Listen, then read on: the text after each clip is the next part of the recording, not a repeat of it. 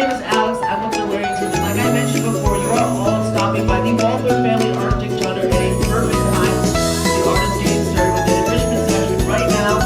Seeking our male polar bear. We also might be joined by two ladies, our female. She chooses to come over. This is going to be a great chance to not only see a polar bear up close, but also see a nice big polar bear splash.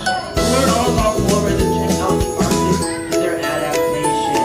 So I know we can get really excited, but we do want to make sure this is all nice and clear. We don't want to distract our polar bears. So you guys are welcome to take a seat where everyone else is already seated. We just want to make sure this is nice and clear because a lot of humans look at the glass might distract our polar bear. We want to give them enough space to enjoy this enrichment. So I mentioned that this is an enrichment session. Enrichment is kind of a big word, but it is just a way for us to provide any mental or physical stimulation for our animals. But the name of the game of enrichment is encouraging natural behaviors. So we all just saw a huge big polar bear splash. Polar bears are the world's largest land carnivores and they are full-time hunters. So pouncing on food can be something very, very natural for them. So we have a frozen ice treat. You can think of it like a giant polar bear popsicle with I think fish frozen inside. So Seafood just got a nice big pounce on that, which is something you can see polar bears in the wild doing as well. Now polar bears in the wild are native to a place called the Arctic. They're up at the top of our planet. As far as you go, lots of open ocean, lots of ice and snow.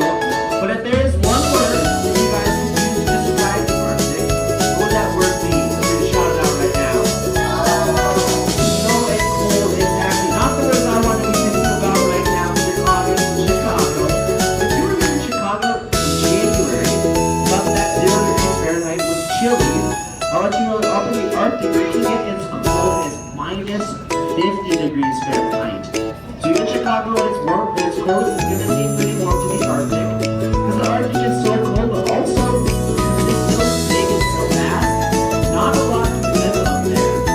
Polar bears, though, you can see Seafood right now in the pool. Polar bears have a number of amazing adaptations that not only allow them to survive in the Arctic, but allow them to thrive there as well. And that first thing is probably the first thing you think of when you think of polar bears. It is that nice white fur. Polar bears have really thick fur that keeps them nice and warm. There is something else like polar bear's body that also keeps them nice and warm. And that is something called blubber. Raise your hand if you've ever heard of the word blubber before.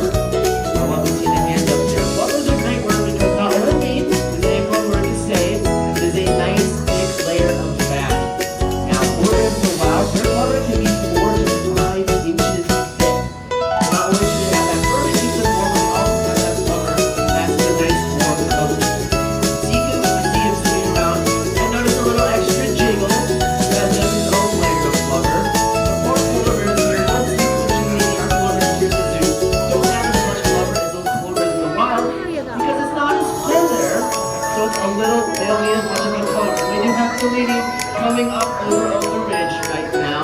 She is our female. You'll notice that she's smaller than Seafood. That's because female polar bears are typically smaller than male polar bears. She's about 600 pounds right now, and Seafood is around that. She's also 400 years old. Seafood, our male, is 8. You'll just see that even if he's about half the age, he's still about twice the size.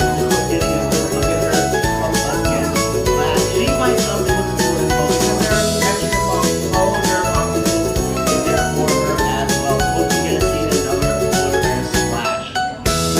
Now, polar bears in the wild, to maintain that thick layer of blubber, there is a most important food for them. I do want to see if you guys know what that is. So feel free to shout out what you think that most important polar bear food is. Seals is exactly right. In the wild, polar bears rely on seals because not only are they big enough to maintain those huge polar bear bodies, the wild polar bears can be up to 1,500 pounds, 3/4 of a ton, so they're absolutely massive. Also, seals have enough fat to maintain that nice thick layer of blubber. Seals, though, are excellent swimmers. Polar bears are great swimmers as well,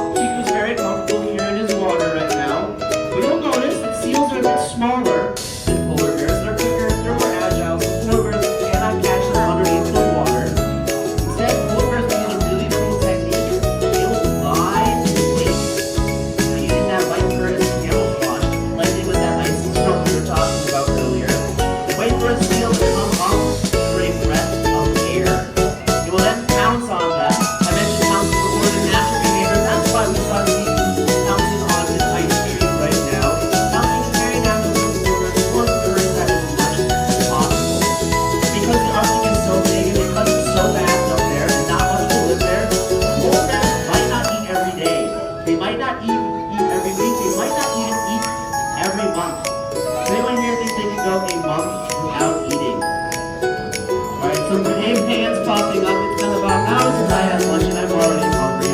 So I know I probably couldn't even go a day.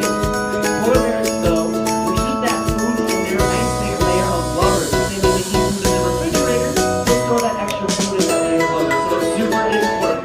Those seagulls trying to figure out a way to get food into his fish. You might have to wait for the smell a little bit more. I'll mention seafood really does enjoy being in his pool. So hang out here or down in our pool as well. Now because it's so big and so vast, polar bears have to find their food. We can get a great look at Seagu's tool for finding food up there in the Arctic.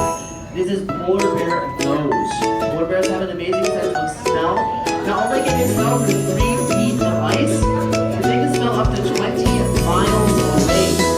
Give you a sense about how far that is. If you all imagine for a second a delicious pie, my favorite food, being baked all the way over in Indiana. All of us are looking for us to be able to smell that pie.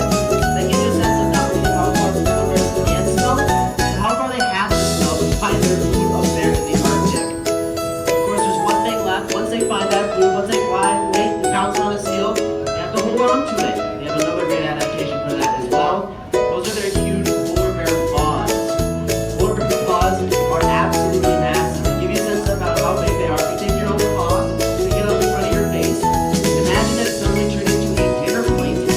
That's about the same size as a polar bear paw, about 10 to 12 inches in diameter. Not only do they have nice sharp claws on the edge of their paws, it makes them use using those to pull his fin into the habitat as well. But they're also great at making sure those polar bears don't fall through the ice. Again, polar bears can be 3/4 of the sun. For instance, cleaning up close to the shallow little bear of blubber here.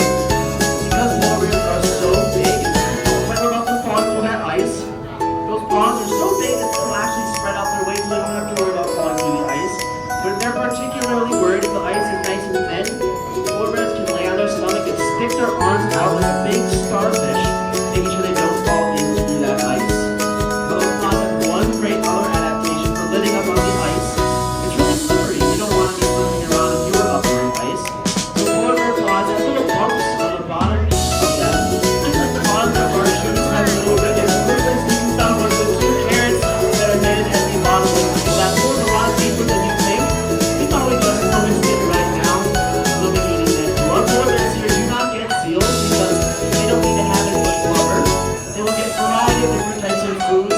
Vegetables are part of it. They'll often get fish and other meat. And I'll tell you, once in a while, it's a nice good big treat for them.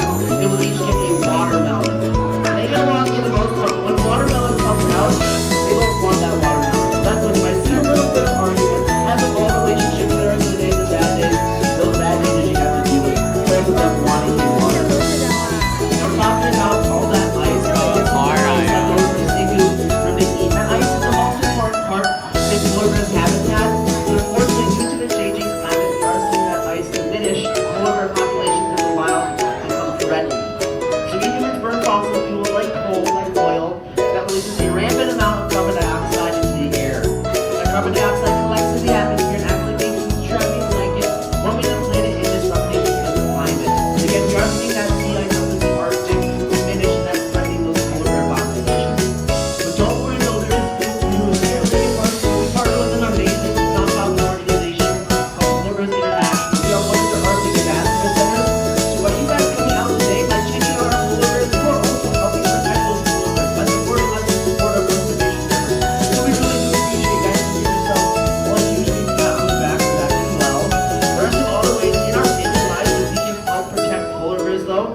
You guys are probably doing some of these things and might not realize the awesome job that you're doing. So raise your hand if in the past week or so you have taken public transit or walked the night somewhere. Oh, that's a great number of hands. Keeping cars off the road is a great way to lower those carbon emissions. So if you can, that can be difficult, but if you can, using public transit or walking your bike is a great way to lower those carbon emissions and keep the Arctic as healthy as possible for polar bears. As you can see, both of our polar bears are still hanging out here. I'll probably tell you, Steve will be hanging out there in the trap. Probably both of his parents and all the food that is hidden in that water. I'm gonna wrap up my program right now, though. So I hope you guys have a great